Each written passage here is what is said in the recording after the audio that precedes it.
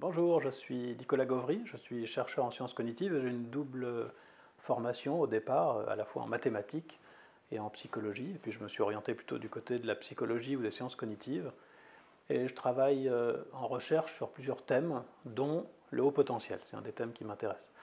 Par ailleurs, je suis enseignant-chercheur, également formateur et auteur de plusieurs ouvrages qui portent sur des thèmes entre mathématiques et psychologie. Alors en 2014, j'avais publié un livre qui s'appelait Les surdoués ordinaires et qui passait en revue, c'est une sorte de revue de la littérature scientifique sur le haut potentiel.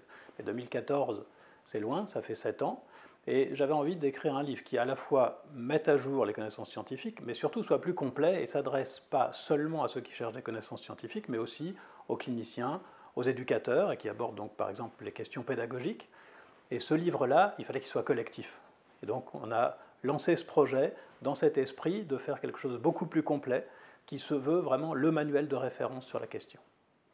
Je vais vous parler d'un des chapitres que j'ai écrit qui aborde la question des performances scolaires et professionnelles, on va jusqu'au monde des adultes, du point de vue scientifique, des données scientifiques. C'est un thème qui m'intéresse beaucoup parce qu'il y a beaucoup de données, énormément de données, depuis plus d'un siècle, sur littéralement des millions de personnes, ce qui permet d'avoir une analyse très fine.